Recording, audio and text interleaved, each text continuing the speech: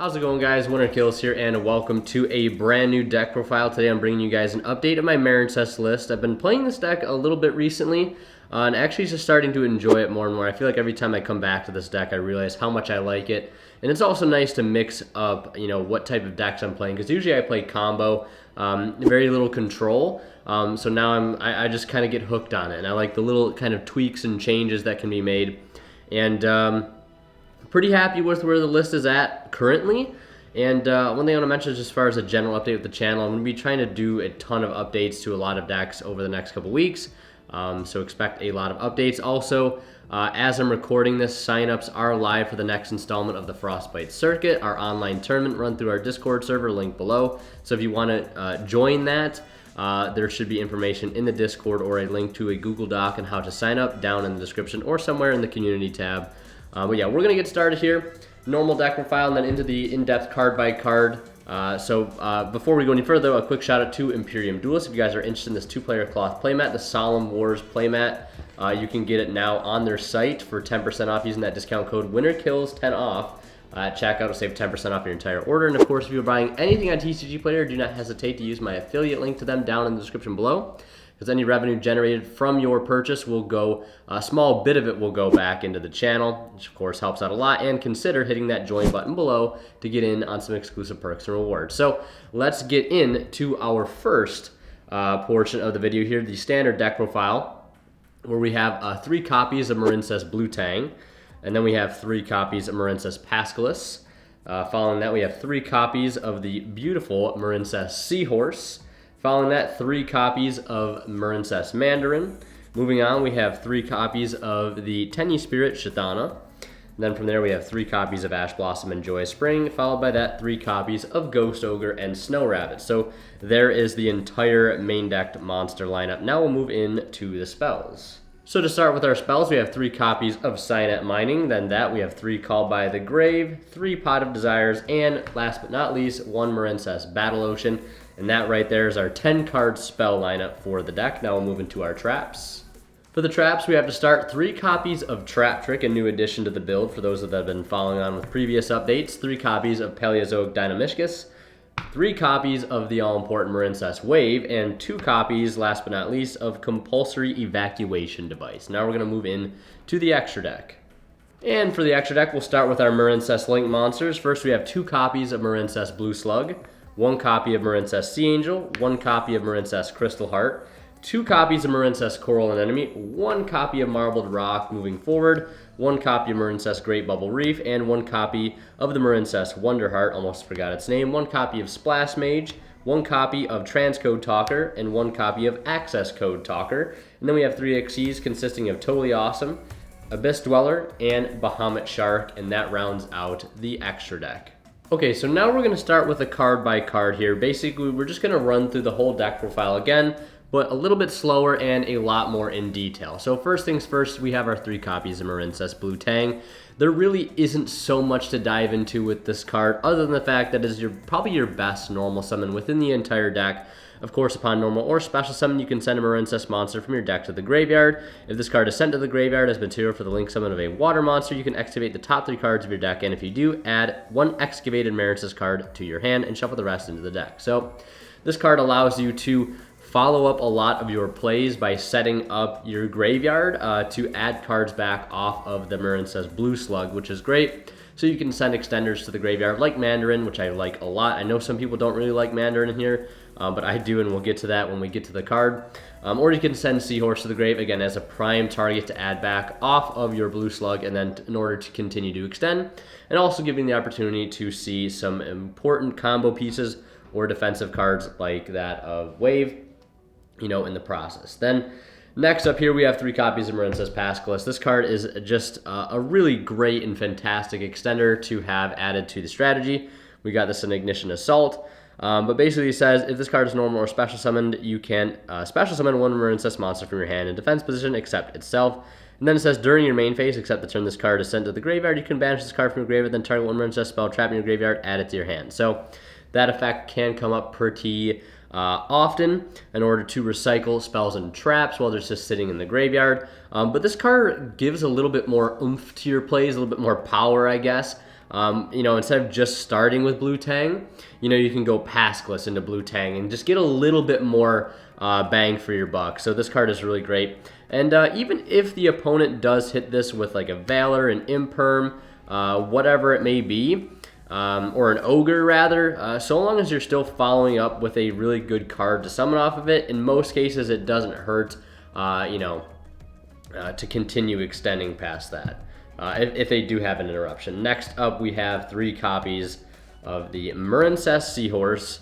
So these cards are absolutely gorgeous, first things and foremost, but I also want to say this card is hands down a fantastic extender.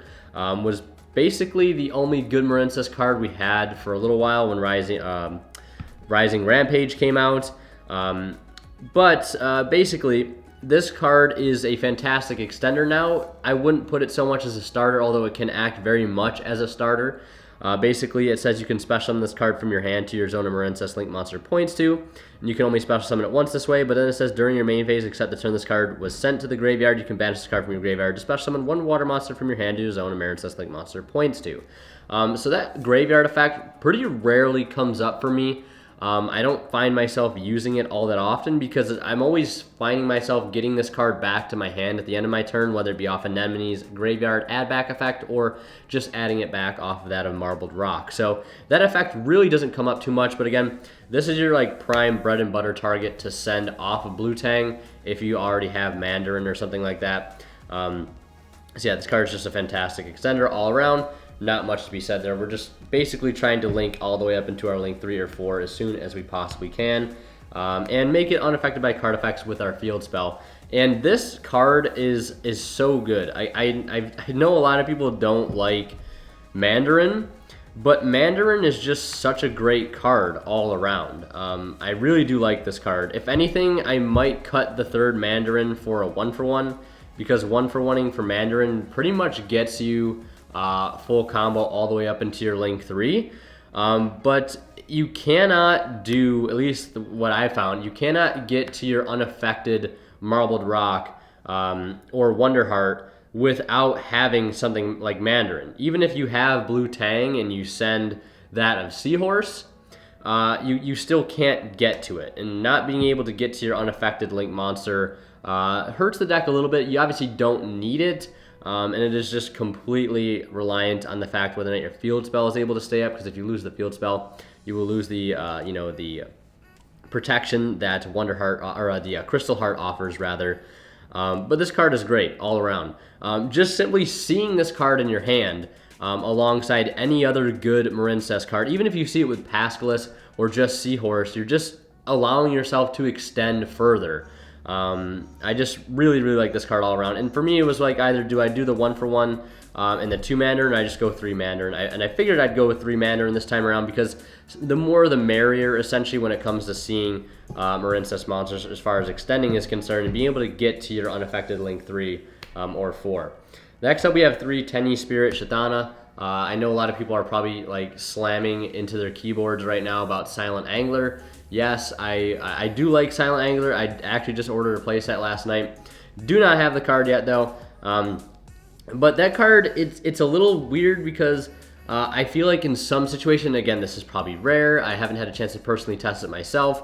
But it says you cannot special summon monsters from your hand for the rest of the turn, which we do have quite a few cards actually that allow you to special summon from hand. Obviously Seahorse and that of Mandarin. And I feel like, just based on some things in my head, that could conflict sometimes, but again, it's probably rare.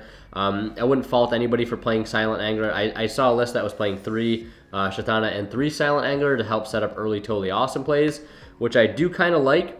But again, I feel like that can also be awkward, especially since you're locked out of special summoning from the hand the rest of the turn. So you're turning off Mandarin. In some cases, you're turning off Seahorses. You're mainly turning off Seahorse, and in some cases, Mandarin, I guess. So there is some drawbacks to it. This card, yes, you could potentially draw it dead.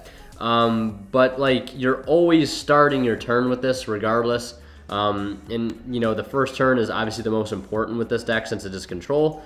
Because that's when you need to put up your best field, is turn 1, obviously. So like the fact that like I don't know, like drawing it later on usually isn't an issue. If anything, it just becomes discard fodder for like Paleozoic Dynamiscus. So I've yet to have that be an issue with drawing that card later on in the game. Then moving on here, we have 3 copies of Ash. I just feel like this is just a really good generic hand trap, this format. Really not much to be said about it. Then moving on to our last monsters here, we have 3 copies of Ghost Ogre. I feel like this card is also really, really good this format. I wanted to sort of minimize the amount of hand traps I was playing, at least the diversity, and just commit to playing 3 of, so I can see the Ogre, see the Ash more often. Like if I'm going to see any 2 hand traps, it's going to be those 2, because I think they're both very good. Then moving into Sign Up Mining here, this card is just self-explanatory. It's basically just Rhoda for everything in the entire deck. Obviously, Tenyi and hand traps aside. But basically, this just gets you whatever you don't have. And you can also use cards like Mandarin as discard fodder, and you can also use extra Tenyi Spirits as discard fodder, or you can use Seahorses as discard fodder, whatever you need just to get to that copy of Blue Tang. And then we'll move on. We have 3 copies of Call by the Grave. This deck can be very fragile at times. Sometimes you're relying very much on a Blue Tang to go through, depending on the hand. And having a Call by the Grave there to secure the play, I think is very, very beneficial. I like this card a lot in here, 100%, so I would continue to play it. Something I wasn't playing in a previous build, I don't think anyways, was 3 copies of Pot of Desires. There really isn't much in the deck that you care too much about losing. Yes, the field spell is there, but this is a 42 card list, so the odds of banishing the 1 of field spell isn't super high. So like math is working in your favor, which is great, obviously. And there's also some hands where you can like search out your field spell before you play the Desires, because you just need to get to Sea Angel first, which is pretty early on in the combo, which leaves you plenty of room to first search out your field spell before you try to dig into cards like Mandarin, or more traps. So like that's entirely fine there. Or in some cases, the desperation of like just trying to get in anything that starts your play, in the first place is just more important than losing that of the field spell. And speaking of the field spell, I'm bumping down to just 1. I've been a huge advocate of 2 for a long time, but drawing this card does suck since you have so many. It's such an easy way to get to it, and so many ways to get it back. Obviously, if it's in the graveyard, whether it be Mandarin or not Mandarin, my apologies. Like Anemone, or using Pascalis in the grave to grab it back. Just so many ways to get this card back to your hand to reuse. You don't really need it per se to act as an OTK win con. I've seen a few other people's builds recently, and they made out some good points in regarding to like Splash Mage and Transcode Talker and Access Code Talker, and how you don't really need this card so much to deal damage. Obviously, it's great for the protection, but you have like other ways to sort of OTK now without it. So really do like just playing the 1 for now. I think it helps add consistency. Then we have 3 copies of Trap Trick. This is nice because it's not like a certain trap at any point, right? This could be literally any one of your traps. If you desperately need to get to a wave, you can get to a wave. If you need to get to Dynamiscus, you can get to Dynamiscus for removal. Because I feel like this build in some aspects before was lacking removal. I mean, it had plenty of negation in the form of just hand traps and obviously wave itself. Now with the access to like Totally Awesome, through that a Bahamut Shark, like just having the opportunity to be able to go get to removal quickly is nice. It's just good. I like this just because, again, it can become any trap at any point, and just essentially just acting as more copies of any trap in the deck. Then we have 3 copies of Dynamiscus.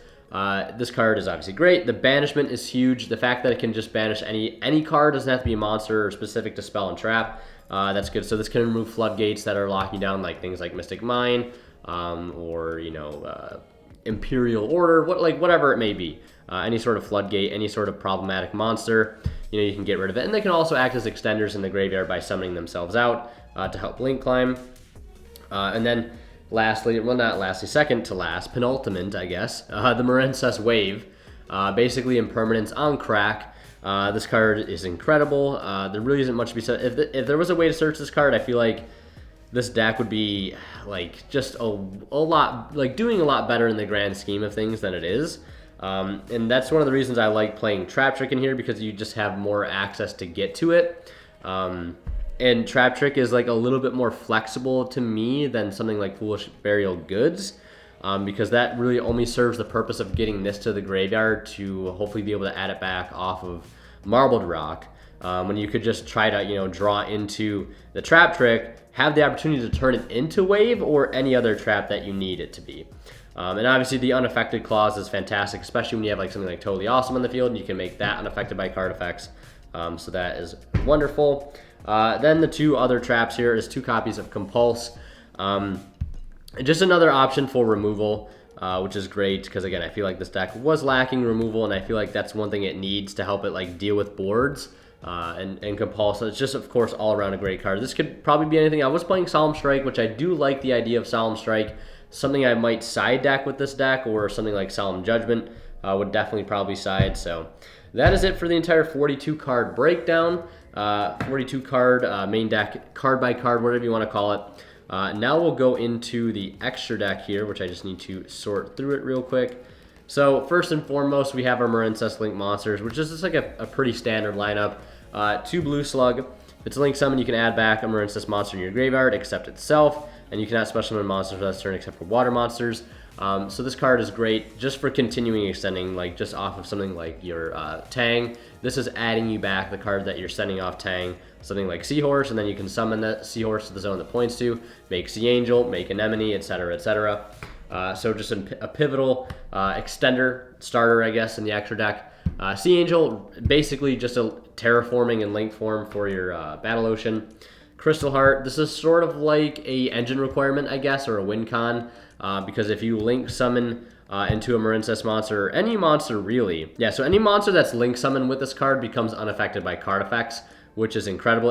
Obviously you need the Battle Ocean up, but like that's still really awesome. And when it's in the extra monster zone, I believe it's unaffected by card effects as well. So that effect can come up sometimes, like if you're trying not to get nibiru'd, you can strategically place this in the extra monster zone mid-combo to try to save yourself a little bit and not, lose so much to Nibiru. Obviously Nibiru is going to hurt regardless, but the 1 Crystal Heart is fine. I've never wanted more because you can recycle so many things.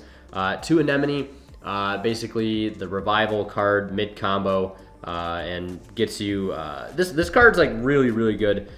Just because like you can abuse the add back effect when it hits the graveyard to add back any Marincess card. Because obviously when you link it off, you'll get the effect, but you can use the field spell to equip this time and time again. And every time you're linking that card off, or the field spell leaves, or whatever it may be, you're constantly being able to trigger that of Coral Anemone. Now, another thing in here I wanted to play, but I just don't have the money for it right now, is something like Magician Souls. Magician Souls is like an absolutely fantastic card in here. I would play it if I had the money, but I just don't, so that's the main reason, obviously. 1 Marbled Rock, I had to bump down to 1 just because of like other extra deck choices like Splash Mage and Transcode Talker and Access Code. So the 1 is fine. Again, it's extremely recyclable. You don't really need it per se late game to like try to win. Bubble Reef, this card is really nice. I think 1's fine. I know some people don't really like it, but I think this card is pretty good, especially since like I think in some cases if you can go into this, like normally I was ending Marbled Rock, turn 1 unaffected, but I feel like if you can Marbled Rock, add back a card, then go into this, like especially if you have traps and hand traps, you're setting yourself up for a much better turn next turn because of its draw effect. It says once per turn during each standby phase, you can banish 1 water monster from your graveyard or face up field to draw 1 card. And then each time a monster or monster is banished face up, this card gains 600 attack for each until the end of this turn. So that's during each standby phase. So during your opponent's standby phase, you obviously banish and draw. Just helps you gain more resources, trying to draw things like waves or hand trap during the opponent's turn. So it obviously loses out in the battle phase protection that Marbled Rock would offer, but again, you have other ways to deal with that through actual real traps. Then Marincess Wonderheart. This card is like the go-to card to go into like turn 2 or turn 3 because you can push for damage with this card, and there's some cool plays where you can do like when you have 3 equips, ideally Marbled Rock or Anemone, like you can attack, summon and equip, whether you want to use like Anemone in main phase 2 or you want to use Marbled Rock in main phase 2 to add back a wave, and honestly put more damage on in the process, which is great because this deck sometimes has a hard time OTKing and securing games quickly. Splash Mage, this card is great. Basically, for those that don't know what it does, 2 Sideburst monsters. Target 1 Sideburst monster in your graveyard, special summon it in defense position, but negates effects. Also, you cannot special summon for the rest of the turn except for special summon monsters for the rest of the turn except for Sideburst monsters. So, yeah, it's basically just a anemone that's just a little bit easier to get into, and you're not like really locked into waters when you use it too, which is like huge. You're locked into Sideburst, which is a lot better than being locked into waters because you can go to transcode and then you can go into access code, etc., etc. So there's that. And then speaking of transcode and access code, like just helps you put on absurd amounts of damage. It can revive any of your Marincess links in grave. And then access code talker, there's really just not much to be said. You don't have to play access code. You can play something like Avermax, which is a little bit cheaper. You could even play something like Borreload Dragon. There's plenty of options. And then for the extra deck, or the remaining cards in the extra deck, totally awesome, obviously, just to summon off the Bahamut Shark, and Bahamut Shark is obviously just for the Toad. And then the Abyss Dweller, because this card is fantastic. It's a really solid generic rank 4. It happens to be water, and can turn off decks like Shaddoll Invoked. Can turn off like any Dragma strategy when they're trying to send things from their deck to or extra deck to the grave. This card just even gets better now, I guess, in this format with Dogmatica, I guess. And also fantastic against Eldritch.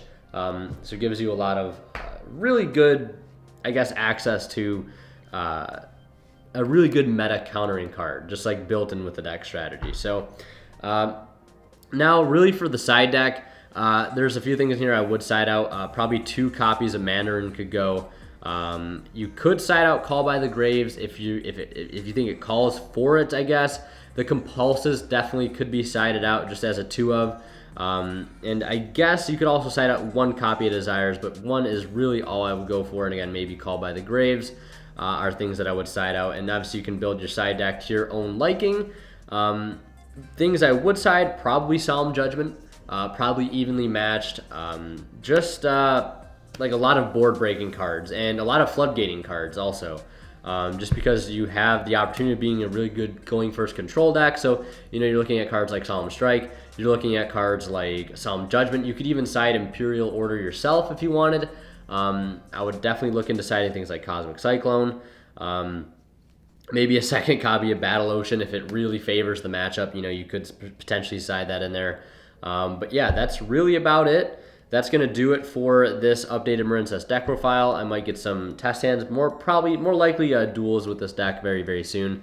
I do like it. I like that it's a water deck, and it's a little bit different in terms of playstyle. So hope you guys enjoyed. Leave a like if you did, and let me know what you think down in the comment section below. And as always, when to kill send out, we'll see you guys in the next one.